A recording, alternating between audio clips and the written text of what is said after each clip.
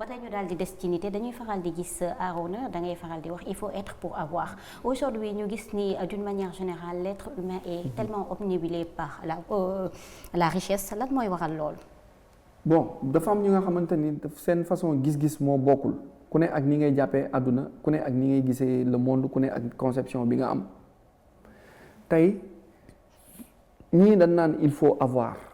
pour être mais man je préfère il faut être pour avoir simple celui qui n'est pas n'a pas pourquoi donc être boobu noonu mooy le premier produit mooy la première marchandise bi war a am bu fi jëmm ji nekkul du ni naam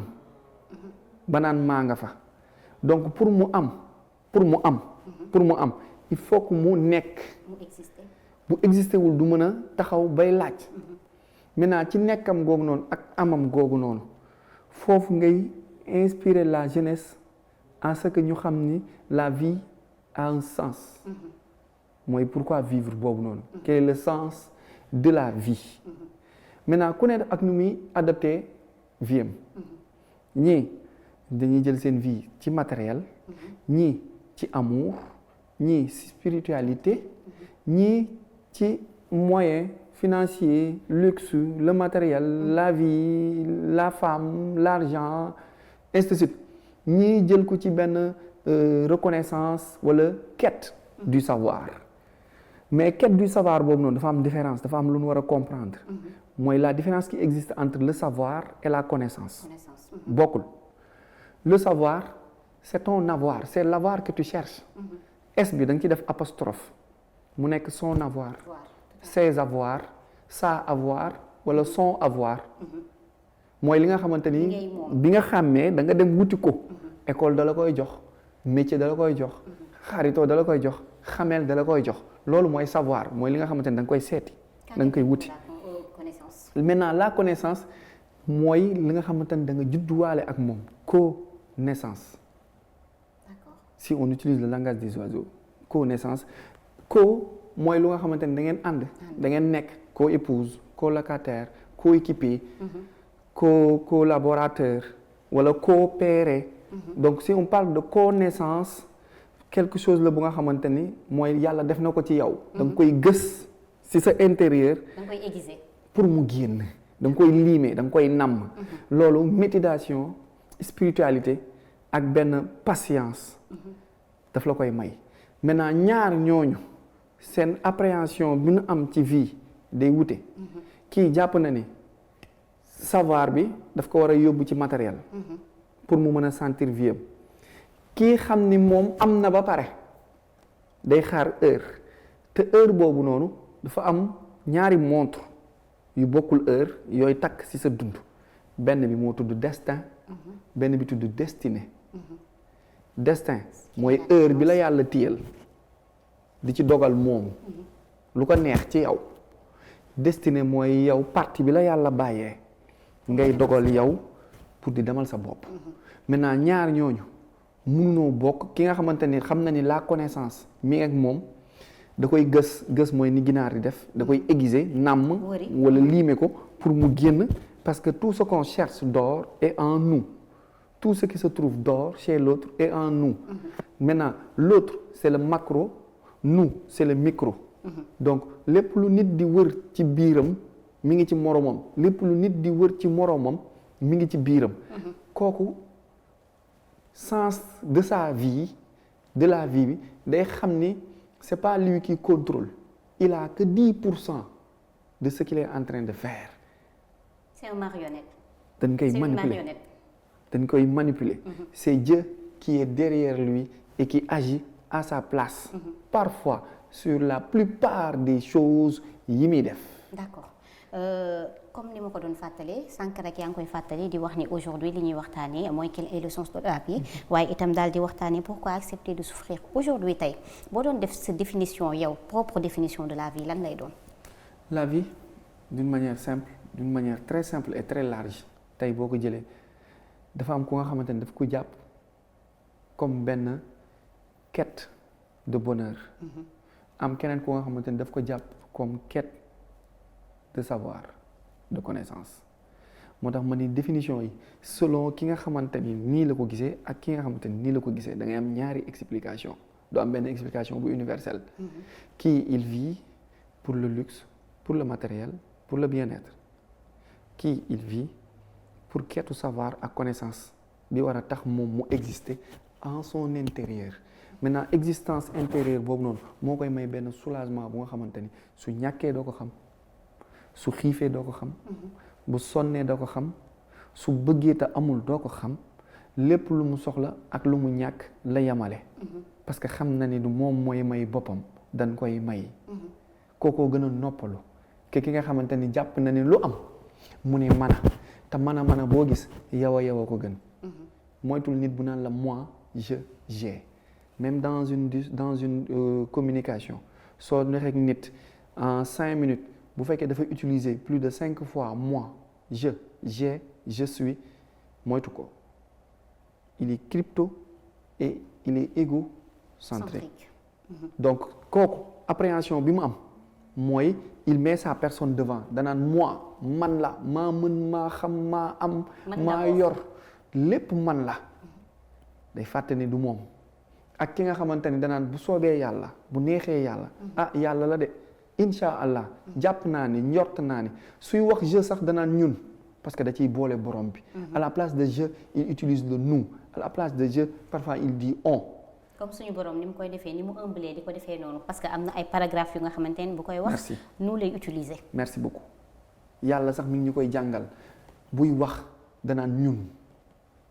le nous de majesté. waaw. pour yokk majesté am danaan ñun parce que moom borom bi jox na la cër parce que xam na ni yow ak moom yéenay yeggali mission bi du moom kase mais du yow kase mais ci yow ak moom bi moom moo ëpp part de responsabilité moom yor na 90 voire 99% yow benn 10% wala moins d'1% nga yor ci gestion bi moo tax booy xëy suba di sarax taalibe bi danaan la sarax ngir yàlla nga ne ko am na la yàlla jox taalibe bi ni la na la yàlla fay ana nit foofu pourtant dafa ne ko jox ma te yàlla tax nga ne ko jox naa la te yàlla tax taalibe bi ni leen yàlla dina la fay. Ça veut dire que même dans notre expression dañ koy utiliser ci olof ak ci français ci langue bu ne mais du nous rendre compte que ni ñun on lui doit tout. ba ci moowu digestion. reesal boo lekkee bay reesal. xam na ni du yow kese yaa koy def moo tax en langage des oiseaux le mot veut dire gérer à deux gestion gérer à deux yaay dànk yaay sàqami yaay wanaasu mais moom borom bi mooy wal moo tax vous gérez ça à deux moo tax mu tudd digestion. donc kooku concept ak vision bi mu am ci vivre moom ni muy àttee vivre ak ki nga xamante ni jàpp na ni moom lépp moom la lépp A ba Z chaîne bi lépp moom la il faut ma wutal sama bopp ma yéeg ma dem sabablu nag da cay baax. parce que nit looy def loolu da nga ciy sabablu mais am nañ ci nga xamante ni jàpp na ni lépp lu am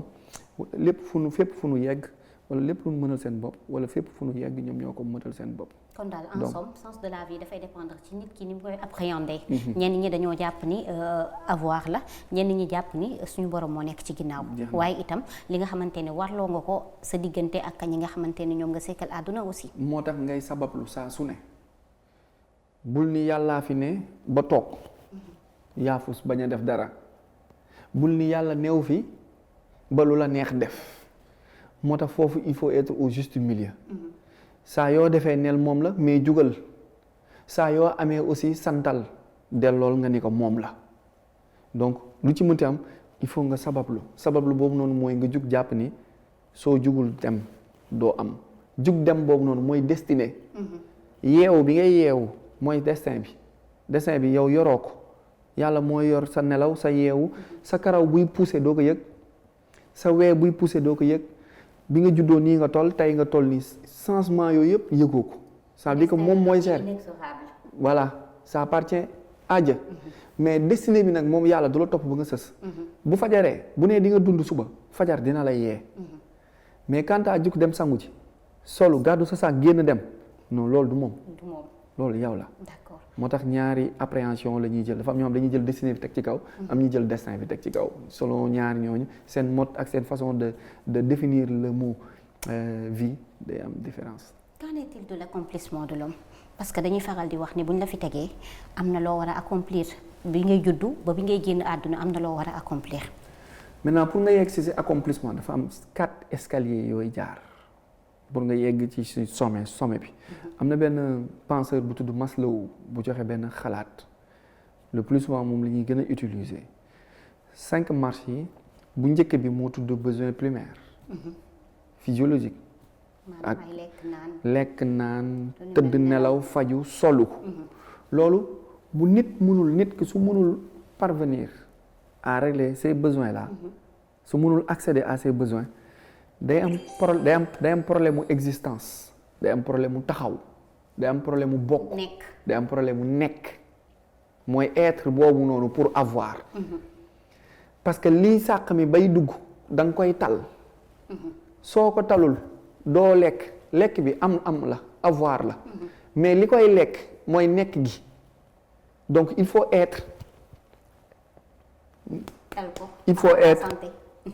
être pour nag avoir celui qui n'est pas n'a pas wala n'aura pas donc besoin yooyu noonu day fekk yow nga conscient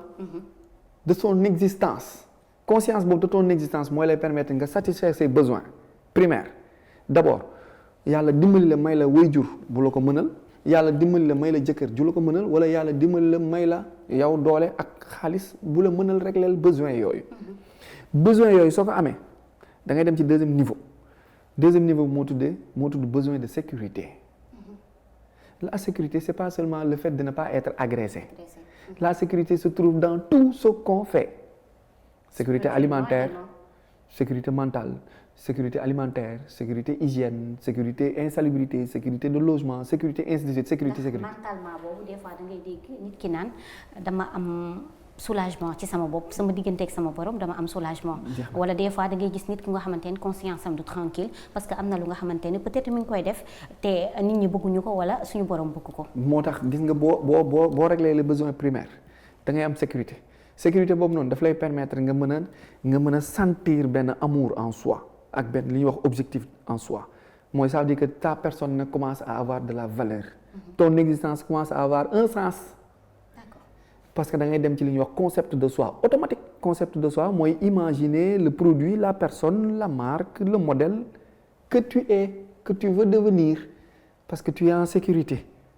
maintenant sécurité boobu noonu 1 2 troisième niveau bi da lay yóbbu ci li ñuy wax d'appartenance. fi nga bokk. ñu bari dañuy fàtte fi ñu bokk. Le problème de l'Afrique c'est une révolution culturelle wala xamuñu ko. La culture c'est pas seulement chanter ou danser ou lutter déedéet même la langue qu'on utilise wolof bi ñuy utiliser mu nekk quelque chose moo xamante ni le pulaar le soninké le séeréer le mandeng ñëpp ñoo koy àndandoo di ko waxandoo biir Sénégal c'est ce qui fait notre charme boo demee Congo tu vas retrouver des centaines d'ethnies centaines de dialectes moo tax ñu mujj di utiliser français même au marché nous on utilise le wolof ñu ñuy xas naan déggu leen tubaab dañuy bëgg a def ci ñun aliénation ak acculturation te bu yàggee dañuy apatride dootuñu am appartenance au modèle sénégalais typique dañuy génn xeet bu ñu génnee xeet tubaab bi récupérer ñu ñun suñu chance mooy parce que comme li ñu koy waxee ku xamul fa nga jëm ku xamul fa nga jógee doo xam fi nga jëm donc besoin d'appartenance boobu noonu moo lay may ngay dem ay turu famille ay ndey dikkee ay ndeyale ay dem ci ñoom Seydi Guédado Seydi Adja mën a génn ci mbedd bi affiché wu affirmé wu parce que tu te connais maintenant besoin d'appartenance boobu noonu daf lay jox estime besoin d'estime nga am estime en soi mooy le fait de s'accepter nga nangu nag boo gàttee nangul boo njoolee nangul ba nangu boobu noonu mooy lay permettre nag nga war a xam ni léegi yow accomplissement nga jëm mooy dernière étape bi mooy question bi nga doon laaj. donc estime ne veut pas dire que ni nga am fukk ci sa bopp waaye itam estime ne veut pas dire nga daal di survaloriser sa bopp. estime mooy nga nangu d'abord en première chose mooy s'accepter après mais le fait de s'accepter daf lay jox tey benn amour en soi daf lay jox benn connaissance en soi day développer sa confiance su ko defee nag nga dem wuti ji boobu ngay wuti mooy accomplissement maintenant l'accomplissement c'est spirituel c'est matériel c'est physique c'est émotionnel c'est moral c'est mental c'est intellectuel c'est financier aussi